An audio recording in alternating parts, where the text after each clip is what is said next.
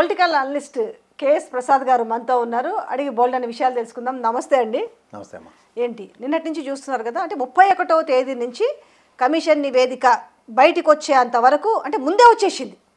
31వ తేదీ తీసుకొచ్చేసి వాళ్ళు ఆయన సబ్మిట్ చేయడము, ఆ తర్వాత దాని మీద త్రిసభ్య కమిటీ వేయడం, ఇదంతా జరుగుతున్న నేపథ్యంలోనే ఆంధ్రజ్యోతి, ఈనాడు, కొన్ని ఛానల్స్, కొన్ని పత్రికలు అప్పుడే ఏమేమి ఉంటాయి, ఎట్లా అరెస్ట్ చేయబోతున్నారు, ఇందులో ఈయన ఏమేమి తప్పులు చేసిండు, అంతా ఆద్యుడు ఆయనే అన్నట్టుగా ఆల్రెడీ ప్రొజెక్షన్ ఇచ్చిన నేపథ్యంలో అసలు లీక్ ఎట్లయింది? ఫస్ట్ ఇప్పుడు మైక్ నాకు ఎక్కడ పెట్టామో ఎక్కడ పెట్టావు, అది కుర్చీ కింద మైక్ పెడితే నువ్వు ఆ ఛానల్ నుంచి వచ్చావని చెప్పొచ్చు. రెండోది ఏంటంటే, ఫస్ట్ థింగ్ నీకు ఇందులో మూడు బుల్లెట్ పాయింట్స్ చెప్తా, అప్పుడు ప్రజలకు చాలా ఈజీగా అర్థమవుతుంది. మొదటిది, ఎస్ఏ రేటింగ్ అని ప్రెస్ఏ రేటింగ్ చేశారు. తెలుసు కదా, ఎస్ఏ రేటింగ్ ప్రెస్ఏ రేటింగ్ చదువుకున్న వాళ్ళకి తెలుస్తుంది. చదువుకున్న వాళ్ళు ఏంటంటే, మనకి ఒక ఎస్ఏ రాయమంటే 20 పేజీలో 10 పేజీలు రాసి ఇచ్చేవాళ్ళం. దాన్ని ప్రెస్ఏ రేటింగ్ చేయండి రా అంటే కంటెంట్ని దాంట్లో 5 నుంచి 10 లైన్లు రాసి ఇవ్వడాన్ని ప్రెస్ఏ రేటింగ్ అంటారు.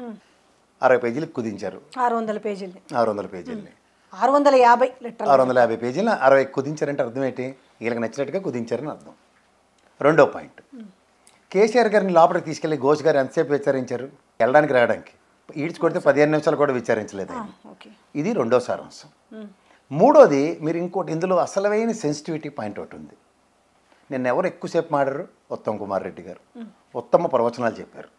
ఇంతకన్నా రేవంత్ రెడ్డి గారు తర్వాత మాడారు, చాలా బాగా మాడారు. అందులో ఎక్కువసేపు ఘోష్ గారి ఆవశ్యకత, ఆయన మాజీ న్యాయమూర్తి, ఇంట్రడక్షన్ అంతా చాలా ఒకటి. ప్రతి లైన్లో ఇది అంటే గుమ్మడికాయల దొంగ భుజాలు తరుముకున్నట్టు నేపథ్యం కనిపించింది ప్రతి లైన్కి ముందు ఘోష్. ఇందులో ఫస్ట్ సారాంశం ఏంటంటే, నీకు ప్రాణహిత సేవలు తెలుసు కదమ్మా.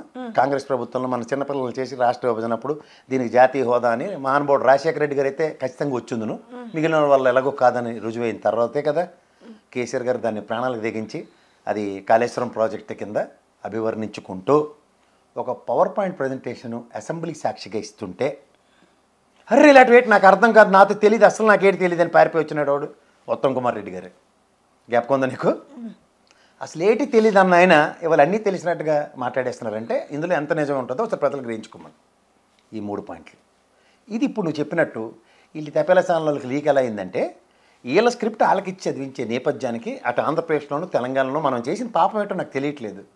నీలాంటి జర్నలిస్టులు, జర్నలిజం చదువుకున్న వాళ్ళు, పాపానికి నాలాటి వాళ్ళు ఎక్కడి నుంచి ఏడ తయారయ్యారు ఈ మేళం అంతా ఆలోచించవలసి వస్తుంది. ఎందుకంటే వార్త కబంధహస్తాల్లో చిక్కుంటే నిజమైన వార్త ప్రజల్లోకి రాదు. ప్రధానికి కేసీఆర్ గారిని ఆద్యంతం ఘోష్ కమిషన్ విచారణకి 10 సార్లు పిలుస్తూ ఇందులో అన్యాక్రాంతంగా అక్రమాలు ఏం జరిగాయి అన్న దాని మీద ప్రతిరోజు డిబేటబుల్ టాపిక్ అవుతుంటే, ఇక్కడ దాని మీద ప్రస్తావనలు అవి ఏవి చోటు చేసుకోకుండా ఒక కన్వీనియంట్గా ఎవరికి అనుగుణంగా వాళ్ళు మార్చుకుంటూ దానికి ఎలా కావాలంటే దానికి సెలవులు పలవలు అల్లుకుంటూ, ఇప్పుడు ఫస్ట్ థింగ్ నాకు తెలిసి బేర్ మినిమం దాని కింద ద టోటల్ ప్రాసెస్లో ఇన్ స్పాన్ ఆఫ్ నో టైంలో కట్టిన 2 ఇయర్స్లో కట్టిన ఎల్ఎన్టీ వాళ్ళని ఒక్కడు బాధ్యులు చేయట్లేదు. రెండోది, ఒక ప్రభుత్వ నిర్ణయం రాష్ట్ర ఎక్స్చెక్కర్ నుంచి మనం తీసుకుని మన డబ్బులతో మనం కట్టుకున్న జాతీయ హోదాకు దీటుగా ఒక నీతి ఆయోగ్ ఇక్కడికి వచ్చి 25 సార్లు పొగిడి మెచ్చి మేకతో లేచి వెళ్ళింది. ఇంజనీరింగ్ ప్రాజెక్టులకే తలమానికం, ఇది గిన్నీస్ రికార్డులో సంతరించుకోవాల్సినంత ప్రాజెక్ట్ అని అభివర్ణించిన నీతి ఆయోగ్కి ఇవాళ అతి గతి లేదు. ఏం మాట్లాడడానికి ఏం నోరు పడిపోయిందా? 4వ పాయింట్, ఇవాళ మేడిగడ్డ బ్యారేజ్ కుంగితే దానికి రెక్టిఫికేషన్ ఆఫ్ ఎర్రర్ అన్నది ప్రభుత్వ బాధ్యత, నా బాధ్యత, నీ బాధ్యత. కేసీఆర్ గారు గవర్నమెంట్లో కట్టినవి నరేంద్ర మోడీ గారికి పెట్టిన బ్రిడ్జిలు కానీ ఇవి కూలిపోకుండా ఉన్నాయా? దాని మీద ఎంక్వైరీలు చేస్తున్నారా, లేకపోతే దాని బ్రిడ్జిని రెక్టిఫికేషన్ చేస్తున్నారా, లేకపోతే కొత్తది కట్టడానికి ప్రయత్నిస్తున్నారా? శాటిలైట్ టెక్నాలజీ చేస్తున్న రోడ్లన్నీ గొంతలు పడిపోయి పెద్ద పెద్ద అగాధాలు అయిపోతున్నాయి కదా, మరి అవన్నీ ఏం మాడుతున్నారు? అవేం చర్చనీయాంశాలు కావా? సరే, ఇప్పుడు దీంట్లో ఎన్బిఎఫ్సిల నుంచి లోన్లు తీసుకుని కట్టారని నేను పెద్ద అభియోగం వేశారు. అమ్మ పెట్ట అడుగుతున్నానేదాన్ని. దాని మీద ROI అంటాం, రిటర్న్ ఆన్ ఇన్వెస్ట్మెంట్ ఎంత ఫాస్ట్గా వస్తుంది. మన దగ్గర 16.5 లక్షల నుంచి 20 లక్షల ఎకరాల సాగుకు వచ్చిన ఆయకట్టు సాగు అవుతుంటే స్పాన్ ఆఫ్ నో టైంలో దాని మీద ROI అంటే రిటర్న్ ఆన్ ఇన్వెస్ట్మెంట్ ఎంత ఫాస్ట్గా క్లియర్ చేయొచ్చు అన్న ప్రాథమిక అంచనాతోనూ. దానికి మీకు కూడా అర్థమయ్యే భాషలో చెప్పాలంటే, ఇవాళ బియ్యం కొనడానికి ఏం చేయాలో తెలియక కింద మీద పడుతున్న ఈ ప్రభుత్వం వర్సెస్ గత ప్రభుత్వంలో, అరే బాబు ఒడ్లు పండించగలరా బాబు, పుణ్యం ఉంటుంది, బతిమాలుకున్న ప్రభుత్వం. అంటే ఎబ్బడి ముబ్బడిగా సాగు అయిన గత ప్రభుత్వ అనుభవాలు వర్సెస్ ఇప్పుడు మీరు ఏం చేస్తారో అసలు ఆలోచించుకొని చెప్పండి. ఈ అన్నిటి విషయాల్లో సారాంశం ఉంటే మైకులు ఎక్కడ పెట్టినా, లీక్లు ఎన్ని ఇచ్చినా, ఎస్ఏ రేటింగ్ ప్రెస్ఏ రేటింగ్గా రాసినా సరే, కాళేశ్వరం ప్రాజెక్టులో కేవలం 15 నిమిషాలు నిడివిని మాత్రమే కేసీఆర్ గారితో ఘోష్ కమిషన్ చర్చించినా, ఆయన సుప్రీంకోర్టు మాజీ న్యాయమూర్తి అయినా సరే, మళ్ళీ త్రిసభ్య కమిటీ దేనికి వేశారో మీరే ఆలోచించుకోండి. ఒక వార్తని దాంట్లో ఉన్న డెన్సిటీని శాంచ్యూటీని ఎస్టాబ్లిష్ చేయడానికి ఆద్యంతం బొంగరాలు గెంగరాలు తిరుక్కొని బదులు గౌరవ అసెంబ్లీ మీటింగ్ని కాల్ఫర్ చేసి ఇరుపక్షాల సమక్షంలో దాని వాస్తవాలు ఎందుకు బయట పెట్టలేకపోతున్నారు? దానికి మీ ప్రెస్ మీట్ కన్నా ఫస్ట్ అసెంబ్లీ సమావేశాలకు కాల్ఫర్ చేసి ఘోష్ కమిషన్ యొక్క సారాంశం ఇది, వీఆర్ సీకింగ్ ఎక్స్ప్లెనేషన్, ఇది ప్రజాస్వామ్యం, ఇది మా ప్రభుత్వం దాన్ని బాగు చేయాలి, దీనికి ప్రజాస్వామ్యాలు మీరు చేసిన తప్పో ఒప్పో ఇది ప్రజల బావుల్లో చర్చించండి. యాక్యురేట్ ఫిగర్స్ ఏవో చెప్పమనండి. 5 బడ్జెట్లు తీసుకొచ్చి పెడతారు. ఒకసారి ఈటెల రాజేందర్ ఆర్థిక మంత్రి, ఒకసారి హరీష్ రావు గారు ఆర్థిక మంత్రి, ఒకసారి ఈటెల రాజేందర్ గారు ఇరిగేషన్ మంత్రి, ఇంకోసారి హరీష్ రావు గారు ఇరిగేషన్ మంత్రి. వీళ్ళిద్దరికీ 2 ఎబిలిటీస్ ఉన్నాయి, as a finance and as a irrigation. వీళ్ళు స్పెషల్ గెస్ట్ కింద గ్యాలరీలో కూర్చోబెట్టి హరీష్ రావు గారితో పాటు సమానంగా ఈటెల రాజేందర్ గారికి కూడా ఒకసారి మైక్ ఇచ్చి ఎక్స్ప్లెనేషన్స్ తీసుకోండి. ఎవరు కాదన్నారు? అన్నీ ముఖ్యమంత్రి గారు క్యాబినెట్ నిర్ణయాలు సరే, క్యాబినెట్ నిర్ణయం ఉందా లేదా పక్క కాసేపు చర్చిద్దాం. ఒక ముఖ్యమంత్రి ఒక నిర్ణయం తీసుకుని కడుతున్న కాళేశ్వరం ప్రాజెక్టుకి క్యాబినెట్ ఎగ్నెస్ట్గా వెళ్ళేంత నేషనల్ పార్టీ ఆయన అంటే ఢిల్లీ వెళ్ళి రావడానికి ఆయన నిర్ణయాన్ని కాదని వాడు ఎవడన్నాడు? దాన్ని క్యాబినెట్లో చర్చిస్తేనేటి కాకపోతేనేటి. కాళేశ్వరం ప్రాజెక్టుకి అనుమతి ఫస్ట్ కాళేశ్వరం ప్రాజెక్టు కడదాం అన్న కాన్సెప్ట్ క్యాబినెట్లో చర్చించకుండా మొదలవుతుందా? ఓసారి మొదలెట్టిన దానికి చెల్లిపెళ్ళి మళ్ళీ చేయాలని రోజు క్యాబినెట్ పెట్టాను, ఇవాళ 10 రూపాయలు ఖర్చు పెడతాను రండి సార్ అని వేరతలకం తిస్తాడా? ఒక ఇరిగేషన్ మంత్రి ఆయన దగ్గర ఉన్నాడు, ఒక ఫైనాన్స్ మినిస్టర్ ఆయన దగ్గర ఉన్నాడు. వీళ్ళిద్దరికి చెప్పి పని చేసుకుని ముందుకు వెళ్తాడు. కాళేశ్వరం ప్రాజెక్టు మీద రోజు క్యాబినెట్ పెట్టుకుని చర్చిస్తూ ఉంటాడు. మేడిగడ్డ ప్రాజెక్టు 85 గేట్లు, దాని 1.8 కిలోమీటర్స్, ఇరు రాష్ట్రాలని కలిపే బ్రిడ్జ్, దాని యొక్క సాంద్రత డెన్సిటీ సెంట్రల్ గవర్నమెంట్కి సబ్మిట్ చేసిన డిపిఆర్లో ఈ శాండ్ సాయిలింగ్ టెస్ట్ అన్నది ఎవరు చేయాలి? నేనా మీరా? ఇక్కడ ప్రాజెక్ట్ కట్టడానికి అనుమతి ఉందా లేదా? ఉదాహరణకి అది స్టేట్ బాడీలో కట్టిన బడ్జెటే ప్రాజెక్ట్ అనుకుందాం, మన బడ్జెట్తో మనం ప్రాజెక్ట్ కట్టుకున్నాం. దాన్ని సెంట్రల్ గవర్నమెంట్ అనుమతులు లేకుండా కట్టేస్తారా? ఎవడన్నా కట్టగలడా? మరి వాళ్ళెవరు ఎందుకు బాధ్యులు గారు? సరే, ఓ ఇంజనీర్లు 4 తపేలగాలను అరెస్ట్ చేశారు. ప్రభుత్వ ఉద్యోగులు అంటే లంచగొండి వేదవులు, డైరెక్ట్గా చెప్తున్నా. వాళ్ళు పట్టుకున్నారు, 4 పిలకలు వాయించి ఆ డబ్బులతో రికవరీ ప్రాసెస్ స్టార్ట్ అయిందా? ఆస్తులు జప్తు చేసాం అని ఆ డైలీ సీరియల్లో కెమెరా తిప్పినట్టు జిగేలు మనం మాకు పెట్టి లాభం ఏంటి? మీరు ప్రతిదీ గమనించుకుంటే టెలిఫోన్ ట్యాపింగ్ డిస్కేం దీపావళి టపాకాయలో తుస్తుమని కానీ దీన్ని తీసుకొచ్చారు. కాళేశ్వరం నాకు తెలియకొడతాను అక్కడంటే వాళ్ళు ఏడు చేయాలో తెలియక కాలక్షేపం చేస్తాను. ఆంధ్రప్రదేశ్లో మీకు బ్రహ్మాండం గవర్నమెంట్ ఇచ్చారు, మీరు చేయవలసిన పనులని ఇలా కేక్ వాకలాగా బంగారు పల్లెల్లో పెట్టి మీకు వడ్డించిన ఇస్తర్లు రాజశేఖర రెడ్డి గారు చంద్రబాబు నాయుడు గారు చెప్పినట్టు ఇస్తే మీకేటి తెలుస్తుంది? ఇది తాడు తన్నులు లేకుండా ఎటు పరిగెడుతున్నారు మీరు? పోనీ ఏమన్నా కాళేశ్వరం ప్రాజెక్టు ఆయకట్టి 20 లక్షల ఎకరాలు ఆగైంది, నేను చెప్తున్నాను అదంటే గట్టుగా. ఈసారి ఇంత సాగు అవ్వకుండా దాన్ని నీళ్ళు నింపకుండా కూర్చోపెట్టారు కదా దాన్ని ఖాళీగా. కూర్చోపెట్టి ఏడు చేస్తారు దాన్ని? రేపు పొద్దునకు కూడా బాగు చేయరా? ఈ 5 ఏళ్ళు 10 ఇయర్లో బాగు చేయకుండా దాన్ని అలా వదిలి ఏదైనా చార్మినార్ కూలిపోయిన కుతుబ్ షాహీ టూమ్స్ అవన్నీ చూపించినట్టు సందర్శకులకి అల్లప్పుడు మేడిగడ్డ ప్రాజెక్ట్ కట్టారు 2 సంవత్సరాలనే. ఇంజనీరింగ్ అద్భుతం. నీళ్ళు నింపితే బాగానే ఉంటుంది కానీ ప్రస్తుతం నీళ్ళు నింపలేము అని కాలక్షేపం చేసుకుంటూ కూర్చుంటారా? సీరియస్గా చెప్తున్నా, బీఆర్ఎస్ పార్టీ నుంచి వచ్చే ప్రెస్ మీట్కి కాంగ్రెస్ పార్టీ వాళ్ళు పెట్టి ప్రెస్ మీట్కి ప్రజలు ఇటుపక్క జుత్తు వాళ్ళ ఉండి వాడు ఒక సినిమా యాక్టర్ వాళ్ళకి జుత్తు పీక్కున్నట్టు మేము అందరం పీక్కోవాల్సి వస్తుంది. ఈ ఊరితో నిజం రాబాయ్. వాళ్ళకి ప్రజాప్రభుత్వం ఇచ్చాం, వాళ్ళు కట్టారు. మీకు ప్రజాప్రభుత్వం ఇచ్చాం, మీరు దాన్ని బాగు చేయండి, లేకపోతే తగరాలు పడిన ఆ ఇంజనీర్లను 4 పిలకలు వాయించి లోపల కూర్చోబెట్టండి. ఎవడు కాదన్నా? ఒక ముఖ్యమంత్రి రాష్ట్ర ప్రయోజనం తీసుకున్న నిర్ణయానికి, ఎందుకంటే ఏ నీళ్లు నిధులు నియామకాలు అన్న దాని మీద ఒట్టుకోట్లో కూర్చొని ఉంటాడు కేసీఆర్. నీళ్ళు ఇవ్వాలి అంటే ఇంత నా నార్దర్న్ తెలంగాణకి ఎంత ఆయకట్టు సాగు అవుతుందో ఆ ప్రాథమిక అవగాహన లేకుండా వ్యవసాయదారుడు ఉండి అంటే ఆయన ఫామ్ హౌస్కి నీళ్ళు తవ్వుకున్నాడు కాలువ. అంటే ఫామ్ హౌస్ నీళ్ళు తవ్వుకుంటే తోలలో నీళ్ళు కొట్టుకోకుండా నాకే వేసుకుంటారు చేస్తాను. ఇంకోటి ఈడ్చుకొడితే 10 ఎకరాల లోపల ఉన్న ఫామ్ హౌస్కి ఎంత కింద మీద పడిపోతారు అయినా. What next? ఇందులో నెక్స్ట్ రోజు శరతలాపారు వజనలే సేమ్ మళ్ళీ వండి వారుస్తున్న వార్తలే. ఇవాళ హరీష్ రావు గారు ప్రెస్ మీట్ ఎట్టుంటాడు, తోలు తీసేసి డొక్క చేసి డోలు వాయించుంటాడు. మళ్ళీ ఎక్కడ దొంగలు అక్కడే అసలే తెలియని దాంట్లో నన్ను ఇన్వాల్వ్ చేయకండి రావు గారు అని ఉత్తమ్ కుమార్ రెడ్డి గారు. మీరు చెప్పినట్టే అసెంబ్లీకి 650 పేజీలు తీసుకురండి, మేమేం చేయాలో మేము అది చేస్తాము, మేము దేన్నైనా మనం ప్రెస్ రేటింగ్ ఎస్ రేటింగ్ ఈ తెపేలసార్లు ఇచ్చిన స్క్రిప్ట్ అయితే కుదరదు కదా. ఇప్పుడు ఇవాళకి ఎందుకు ఆల్రెడీ మేము ఇవాళ ఢిల్లీ వెళ్ళాలి, 3 రోజుల పాటు వెళ్ళిపోయాం మేము. ఇవాళ మేము ఢిల్లీ వెళ్ళిపోయాం, అయిపోయిందా లేదా? ఏదో మంచో చెడో నమ్మే అవకాశం ఉంటున్న నేపథ్యంలో నిజంగానే కేసీఆర్ అరెస్టు ఈ కమిషన్ బేస్ చేసుకొని వీళ్ళు చేసిన పొలిటిసైజ్ నేపథ్యంలో నిజంగానే కేసీఆర్ అరెస్ట్ ఉంటుందా? అంటే ఖచ్చితంగా రేవంత్ రెడ్డి తక్కువటోడు కాదు, ఖచ్చితంగా అరెస్ట్ చేస్తాడు, అరెస్ట్ చేసి చూపిస్తాడు అని అన్న మాటలకి నువ్వంటే నేనంటే నువ్వు సినిమా అనుకున్నావా? దేనికి అరెస్ట్ చేస్తారమ్మా? కట్టినోడు వాడు ఎల్లంటి వాడు. ఎలాంటి వాడు కట్టారు? మెగా కట్టారు. వాళ్ళిద్దరిని వదిలేసి కేసీఆర్ని అరెస్ట్ చేస్తారా?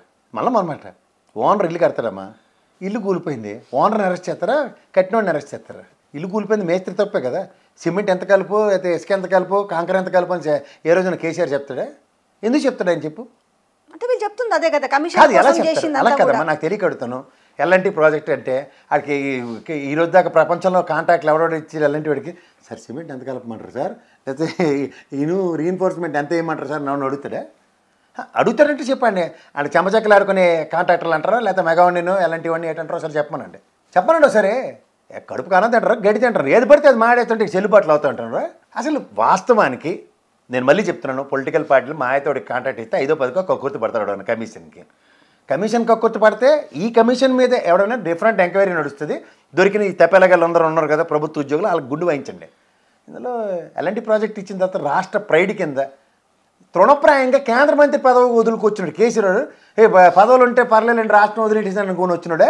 అయితే ఎమ్మెల్యే గెలిచాను కాబట్టి చూద్దాం నెక్స్ట్ మళ్ళీ మన వాళ్ళందరూ గెలిస్తే రాష్ట్రం ఉద్యమం చేద్దాంలే అని గమ్మును కూర్చున్నాడా? ఎప్పటికప్పుడు రాజీనామాలు చేసుకుని వచ్చినాడా? చెవులు కొల్లి ఏమైనా కాకులు ఎత్తి గెలిపి అందరికీ ఎలా తెలంగాణ ప్రజలందరూ మళ్ళీ గిరిమాలోకలు అనుకుంటారా? కాదమ్మా, ఆయనకి దేని మీదనా వ్యామోహాలు ఇలాంటివి ఉంటే ఆయన వెళ్ళి ఫామ్ హౌస్లో కూర్చుని ఉంటాడే. ఇలాంటి భవనం కట్టుకున్నాడు, ప్రగతి భవనం ఏదో బెటర్ కదా దానికి పేరు. ఆయన అందులో రాజభోగాలతో అనుభవించకుండా ఎందుకు పోయాడు ఆయన ఏమైనా సచివాలయం ఎలా కట్టాడు?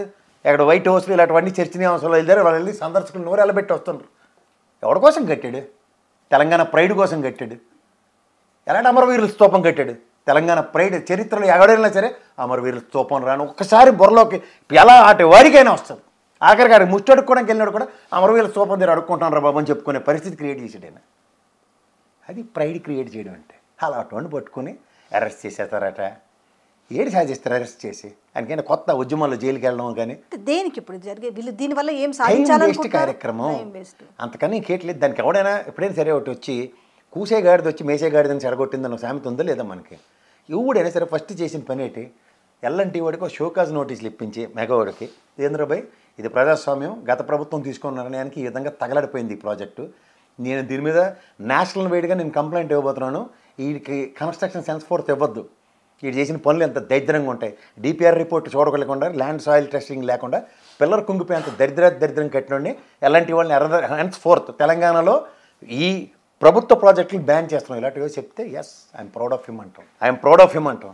ఆడ మొదలెడతారు కాళేశ్వరం ప్రాజెక్టులు పంపులు మునిగిపోయి. సేమ్ రెండు స్టేట్లలో చూసుకుంటే అంటే ఇంకా ఓడిపోయిన పార్టీ లేవకుండా చేయడానికి ప్రజల్లో వాళ్ళకున్న ఖ్యాతిని మొత్తం కూడా తూల్చడానికి అంటే మొత్తం తుడిపేయడానికి చేస్తున్న ప్రయత్నంలో భాగంగా ఇవి సక్సెస్ అవుతాయి. నిజంగా ప్రజలు నమ్మే అవకాశం ఉందా? ఇప్పుడు లోకల్ బాడీ ఎలక్షన్స్ ఉంటాయి, మరి కొన్ని రోజులైతే ఇంకో ఎలక్షన్స్ వస్తాయి, తర్వాత చూసుకుంటే జనరల్ ఎలక్షన్స్ వస్తాయి.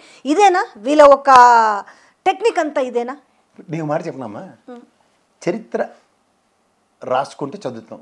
అశోకుడు చెట్లు నాటాడు, శివాజీ ఏమో హిందూ సమాజం కోసం పరిరక్షించాడు, తప్పించాడు, ఇవన్నీ చరిత్ర. చాణక్యుడు రాజతంత్రాలు ఇవన్నీ చదువుకుంటే చరిత్రలు. కానీ చరిత్ర సృష్టించిన వాళ్ళు వీళ్ళిద్దరు ఇది చరిత్ర అని చెప్పుకునే పరిస్థితి నెక్స్ట్ జనరేషన్స్కి ఇచ్చాడు. తెలంగాణ ఉద్యమ నేపథ్యంలో రాష్ట్రం సాధించుకుని మొదటి ముఖ్యమంత్రిగా చరిత్ర సృష్టించిన మహనీయుడు అంటే కేసీఆర్. ప్రజాస్వామ్యాన్ని మొనాటమిని ఇలా బ్రేక్ చేసి ఎస్ ప్రజల కోసం, ప్రజల వల్ల, ప్రజల చేత ఎన్నుకోబడిన ప్రజాప్రభుత్వ అధినేతగా జగన్మోహన్ రెడ్డి ప్రజలకు ఏం చేయాలి, నిరంతరం కష్టం వస్తే సుఖం వస్తే ఏం చేయాలి, ప్రాథమికంగా మనం చేయవలసింది ఏంటి? విద్య, వైద్య, ఆరోగ్యం తప్ప ఏ ప్రభుత్వానికి ఇంకా వేరే బాధ్యత లేదు. దాన్ని నేను ఎంఫసైజ్ చేస్తానని చేసి చూపించినాడు జగన్మోహన్ రెడ్డి. ఏ చరిత్ర చెరుపుగలరు? నేను బ్యాగులు ఇచ్చాను, ఆయన బ్యాగులు ఇచ్చాడు, సిరిపోయిన బ్యాగులు పెట్టుకుని తిరుగుతున్నారు మా ఆంధ్రప్రదేశ్లో. ఆయన బ్యాగే బాగుంది సార్, ఇంకా పాతదాన్ని తెచ్చేసుకుంటున్నాం అని వాళ్ళు చెప్తున్నారు. చరిత్ర అన్నారు చూసారా, ఇలా పీకినా సరే ఇది బ్యాగ్ బ్రహ్మాండంగా ఉంది గట్టిగా ఉంది చూసారా, బాగా ఆలోచించి బొమ్మ లేకుండా వేసాడు సరే పిల్లలకి బొమ్మ వాడుతుంది లోపల పుస్తకాలు ఎట్టగానే. ఏ చరిత్రని జరపగలవు? కొత్త బ్యాగ్ ఇచ్చారు కానీ జగన్మామ ఇచ్చిన బ్యాగే బాగుందని. నేను మళ్ళీ నీకు చెప్తున్నానమ్మా, బాహుబలి సినిమా చూసావా? అందులో రానగడ సట్సీయుడు నానా బాధలు పడి పెద్ద పుత్రిని లేపుతారు, లేపి పెడతారు. పెడిచాక ముసలోడు కింద పడి టైంకి ఆడవడం ముఖానికి గొడ్డోడే పట్టుకుని కానీ బాహుబలి అనగానే సీడేట్లేదురా బాహుబలి అని చచ్చిపోయాడు కూడా అన్నీ పేరెట్టుకొని తిరుగుతుంటే ముసలోడికి ఆ రానాగడికి కంపరం లేస్తుంది.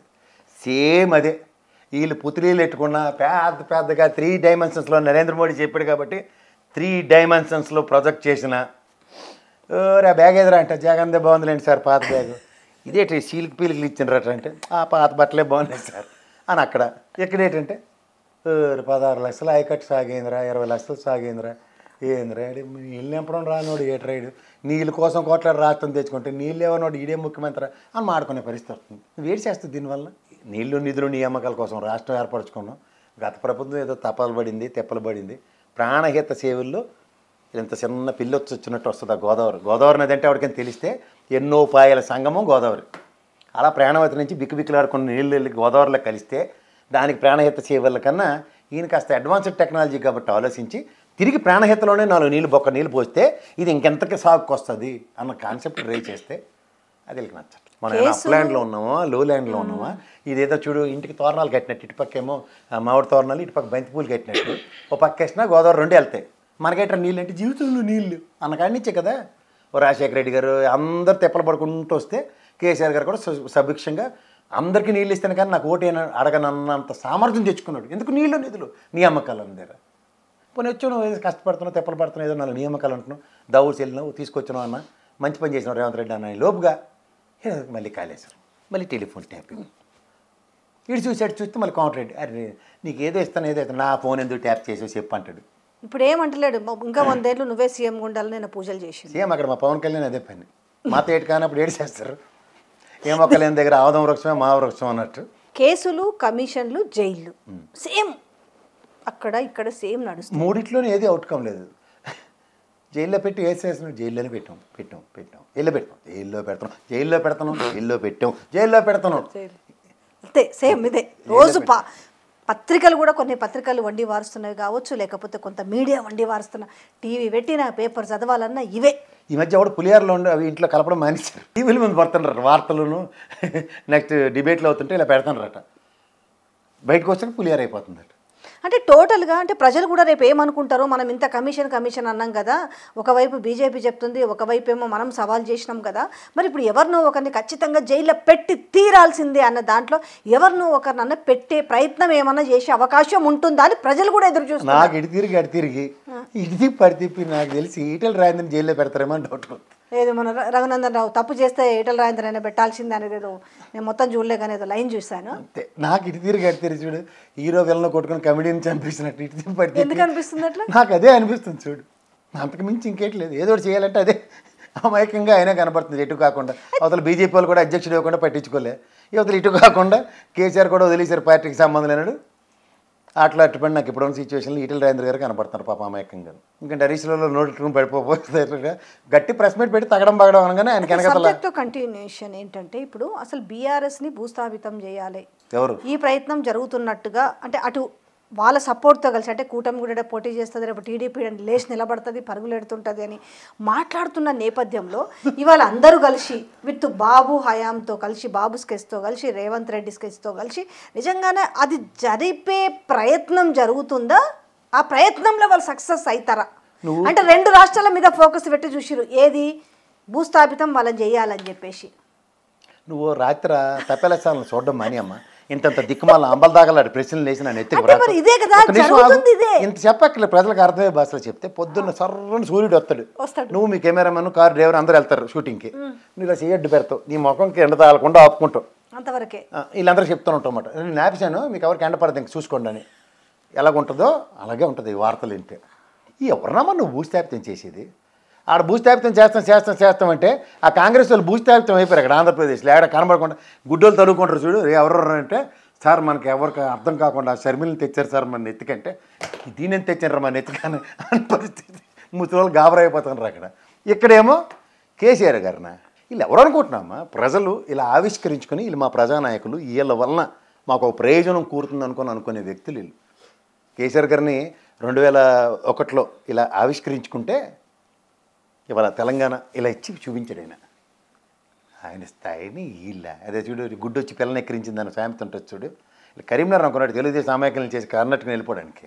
అంటే ఇంకో 10 ఏళ్ళు సీఎంగా ఉండాలంటే ఇట్లాంటివి ఏమైనా చేయాలి? ఎవరు? రేవంత్ రెడ్డి.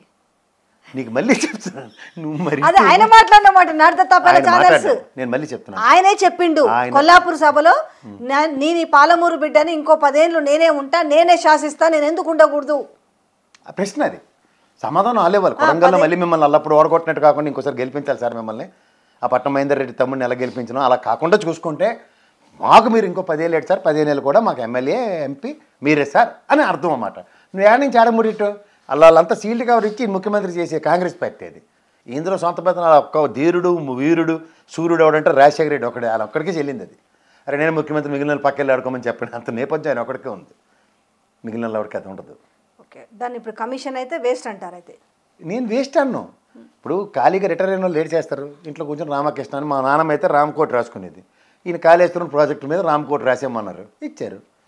ఇచ్చిన సారాంశం ఏంటి చెప్పమన్నారు, దాన్ని ఎలా రిపేర్ చేస్తారో చెప్పివ్వాలి కదా సార్. ఇది అవకతవకలు ఎలాంటి వాడి మీద కన్క్లూజన్లు చెప్పారు, చేయమని చెప్పారు, అంటే దాంట్లో చేయడానికి అవకాశం లేదు అనేది. చేయడానికి అవకాశం లేదా? ఇంచుమించు అదే చెప్పారు నిన్న, అదే కాంటెస్ట్ వచ్చే విధంగా మాట్లాడింది. కంటెస్ట్ అది ఎవరు మాట్లాడారు? ఉత్తమ్ కుమార్ రెడ్డి గారు. ఆయనకేటి తెలియదు అనే విషయం నేను 10 సార్లు చెప్తున్నాను. ఆయన మొదటి రోజు పారిపోయి వచ్చింది, నాకేటి తెలియదు ఇందులో. కాదన్నా ఇప్పుడు ఆయన ఇరిగేషన్ మినిస్టర్ అయితే నన్నేటి చేయమంటావు? నువ్వు ఇరిగేషన్ మినిస్టర్ అయితే నన్నేటి చేయమంటావు? ఆయనకేటి తెలిసి నువ్వు చెప్పొచ్చు. రిపేర్ అవ్వదని ఎలా చెప్తాడు? రిపేరే అవ్వదు అని ఎలా చెప్తాడు? ఈరోజు టెక్నాలజీ ఎలాగుందో, ఏ సామర్థ్యాలతో ఉన్నామో, ఎక్కడెక్కడి నుంచి 4 గడ్డర్లు వేసి ఇల్లు కట్టేస్తున్నారు. ఇక్కడ మీరు వీసేవారు చూడు, 4 గడ్డర్లు వేసి స్లాబ్లు వేసి ఇల్లు కట్టేస్తున్నారు. ఆల్టర్నేటివ్ మెకానిజం ఈరోజు లేకుండా అసలు ఉండదమ్మా. దానికి సొల్యూషన్ లేకుండా వాటర్ నింపి కూలిపోద్దని భయంగా నింపట్లే, వీళ్ళకి అవగాహన లేక. ఖచ్చితంగా దాని సామర్థ్యం ప్రూవ్ చేసుకుంది ఒక టెన్యూర్, ఇంకో టెన్యూర్కి దానికి అవకాశం ఇవ్వలేదు.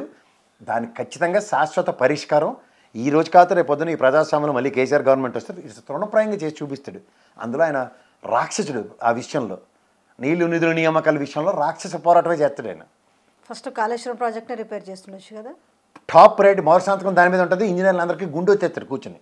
ఇంకా మళ్ళీ ఈయనలాగా ముసుగులో గుద్దులా టేపర్ ఉండదు. ఎలాంటి వాడు తోలు తీసేస్తాడు. ఇంకోసారి స్టేట్ టెరిటరీలో ఇంకోసారి పనిచేయలేమని చెప్తారు. ఫస్ట్ చెప్పేది ఆయన అదే. నువ్వు దాన్ని గంటలో రిపేర్ చేసినా కాకపోతే స్టేట్లో ఇంకోసారి ఎలాంటి ప్రాజెక్ట్ పేరు వినబడదని చెప్తారు. వాళ్ళు ఇప్పటికి కూడా చేసిస్తామంటారు, కానీ దీన్ని వీళ్ళు అసలు పట్టించుకునే పరిస్థితులు అది నాకు సంబంధం లేని విషయం. నువ్వు మళ్ళీ కేసీఆర్ విషయం నన్ను అడిగినప్పుడు నేను చెప్తున్నా. ఫస్ట్ సంతకం దాని మీద ఉంటుంది. ఎలాంటి వాడు ఈ రాష్ట్రంలో కాళేశ్వరం ప్రాజెక్టు మేడిగడ్డ రిపేర్ చేసి ఇవ్వకపోతే ఇంకొక ప్రాజెక్టు ప్రైవేట్ వాడు కూడా కట్టు. ఇది ఆయన చెప్పేది. అది గజిట్ ఇస్తాడు డైరెక్ట్గా, గెట్అవుట్ అని. అది మెగావాడు అనండి లేకపోతే ఎలాంటి వాడు అనండి. రాష్ట్ర ప్రయోజనాలు పణంగా పెట్టడానికి ఎవరైనా అవ్వచ్చు, అది కేసీఆర్ మాత్రం కాదు.